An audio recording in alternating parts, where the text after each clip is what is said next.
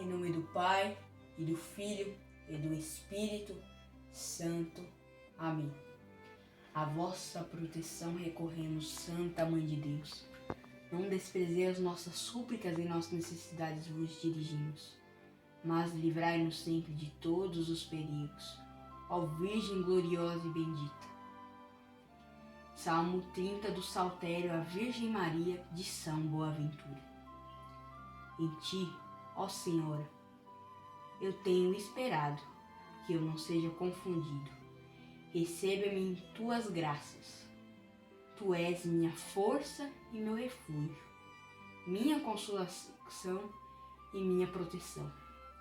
Para ti, ó Senhora, tenho chorado, quando meu coração esteve angustiado, e tu me escutaste das alturas das montanhas eternas. Retira-me das armadilhas escondidas, pois tu és minha auxiliadora. Nas tuas mãos, ó Senhora, eu entrego o meu espírito, toda a minha vida e meu último dia. Ave Maria, cheia de graça, o Senhor é convosco. Bendita sois vós entre as mulheres, e bendito é o fruto do vosso ventre, Jesus. Santa Maria, Mãe de Deus, rogai por nós, pecadores, agora e na hora de nossa morte. Amém. Glória ao Pai, e ao Filho, e ao Espírito Santo, como era no princípio, agora e sempre. Amém. Doce coração de Maria, sede nossa salvação. Ó Jesus, que viveis em Maria, vinde viver em vossos servos. Maria, a Filha de Deus. Em primeiro lugar, Maria Santíssima é a Filha, ou, como disse Dionísio o Cartucho, a incomparável Filha do Pai. Mas em que sentido é preciso tomar esta relação e sobre qual base ela se apoia?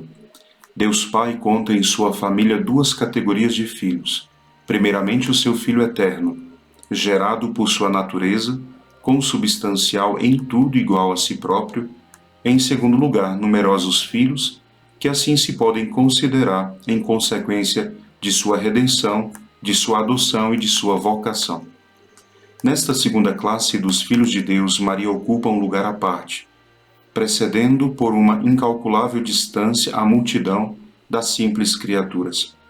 Quanto à criação, ela é verdadeiramente a primogênita do Pai, não na ordem do tempo, mas porque ela vem em primeiro lugar no pensamento divino. Ela é ainda a primogênita do Pai, quanto ao título da redenção, pois o sangue redentor, antes de inundar o Calvário, já havia corrido sobre Maria, e a virtude divina deste banho regenerador tinha-a preservado de toda a mácula, segundo o belo pensamento de um notável poeta. Tal é de tua grandeza o mistério sagrado, o universo inteiro, filho de um pai culpado, sofrerá do pecado a lei cruel. Mas desde a eternidade foste santa, Virgem pia, e o sangue que o Calvário inundar devia, caído sobre ti já havia em escaracel. Ora, a redenção que preserva é muito mais elevada, mais perfeita e mais abundante do que a redenção que liberta. Pelo fato mesmo de ter Maria dela partilhado, tomaria sua filiação um caráter de perpetuidade? Só este traço característico assimila a sua filiação à do Verbo e constitui para a Virgem admirável uma origem verdadeiramente única e de certo modo divina. Quanto ao título de sua adoção, este aumenta mais ainda o direito que ela tem de ser chamada a filha primogênita de Deus Pai. Com efeito, nota Soares, a dignidade de Mãe de Deus excede a todas as dignidades reunidas dos anjos e dos santos. Ora, como a graça está sempre em proporção com a dignidade, segue-se que Maria Santíssima teve, desde o primeiro instante de sua conceição, uma graça de adoção mais abundante e mais elevada do que a graça recebida por todos os anjos e por todos os homens reunidos. Pode-se dizer, ainda, continuar este mesmo raciocínio em relação à vocação da Virgem Santíssima, pois do mesmo modo que ela excede a todas as criaturas em graça, ultrapassa também a todas em glória, pois a glória não é outra coisa do que a continuação e a coroação da graça. Estes são os títulos pelos quais Maria é chamada Filha de Deus. Ela os partilha com todos os homens, pois nós todos, pela graça santificante, nos tornamos filhos adotivos de Deus. Ainda mais, se nós somos tanto mais filhos de Deus quanto em nós aumenta a graça, quem aliviará o seu grau de união da Virgem Santíssima com Deus, ela que estava tão cheia da graça? E com efeito, a filiação adotiva de Maria leva-se ilimitadamente acima da nossa, para aproximar-se da filiação do Filho de Deus. É fácil ver, diz o sábio bispo de Bruges, já citado, que Maria é filha de Deus por muitos outros títulos do que nós, e que ela se assemelha, por conseguinte, muito melhor do que nós ao nosso Pai Celeste. A filiação divina é, portanto, muito mais perfeita em Maria do que em nós. Todos nós, filhos de Adão, quando chegamos à filiação adotiva de Deus, anteriormente fomos inimigos de Deus. Só Maria Santíssima, exemplo do Verbo, foi sempre a amiga de Deus. Toda a sua existência pertence a Deus, como pertence a do Verbo. Neste sentido, ela é verdadeiramente a primogênita entre os filhos dos homens, a filha única de Deus, pois só ela, na posteridade de Adão, foi a filha de Deus desde o instante de sua conceição, do mesmo modo que o Verbo foi o Filho de Deus desde o primeiro instante de sua processão divina, desde toda a eternidade. Mas a Virgem Santa não é somente filha de Deus por adoção, mas o é ainda por direito, por uma espécie de filiação verdadeira. Que é preciso, pois, para constituir uma filiação verdadeira?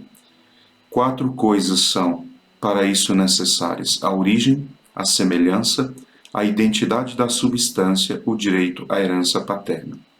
É fácil ver que estas 4 coisas encontram-se em Maria, mais do que em todos os homens. Sua origem, com que cuidado não a predestinou Deus, com que amor não lhe deu existência, de quantas prerrogativas não a embelezou, a Imaculada em sua conceição, pura de espírito e de coração, mais bela que todas as filhas de Adão, amante como joias, o foi criatura alguma.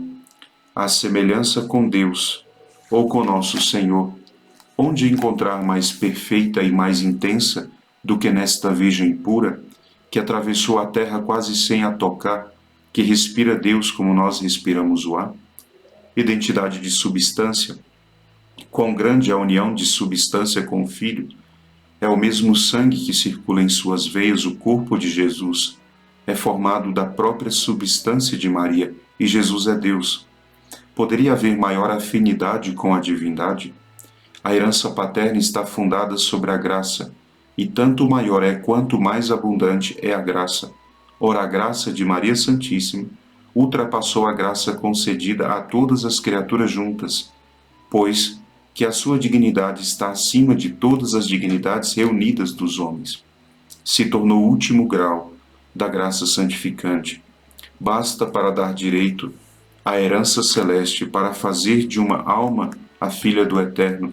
Com que complacência Deus não devia olhar a sua mãe, querida e única? E se é verdade, como nos ensina a teologia, que a relação é um conjunto de todo o ser, de um ao ser de outro, o Padre Eterno diz, Padre Binet, deve contemplar em sua filha, esta sua filha como um olhar paternal, que nela derrame, se assim nós podemos exprimir, as entranhas de sua paternidade e todos os tesouros dos seus favores.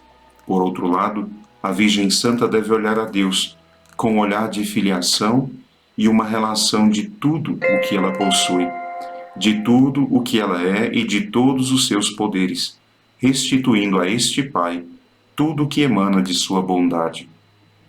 Ó Deus, que olhares de honra, que respeito sobreeminente, que relações mútuas e inefáveis, se ela é filha, é também herdeira de todos os bens de seu Pai. Se ela é filha, é herdeira de Deus, é co-herdeira de Jesus Cristo, sempre na extensão dos privilégios de sua incomparável filiação. É inútil insistir sobre este título. Se nós todos somos filhos de Deus, nós que estamos curvados sob o peso de uma natureza viciada, quanto mais deve ser filha de Deus aquela que por humildade e pureza mereceu levar em seu seio a própria divindade. Com o vosso Filho, ó Mãe Pia, abençoai-nos, ó Virgem Maria.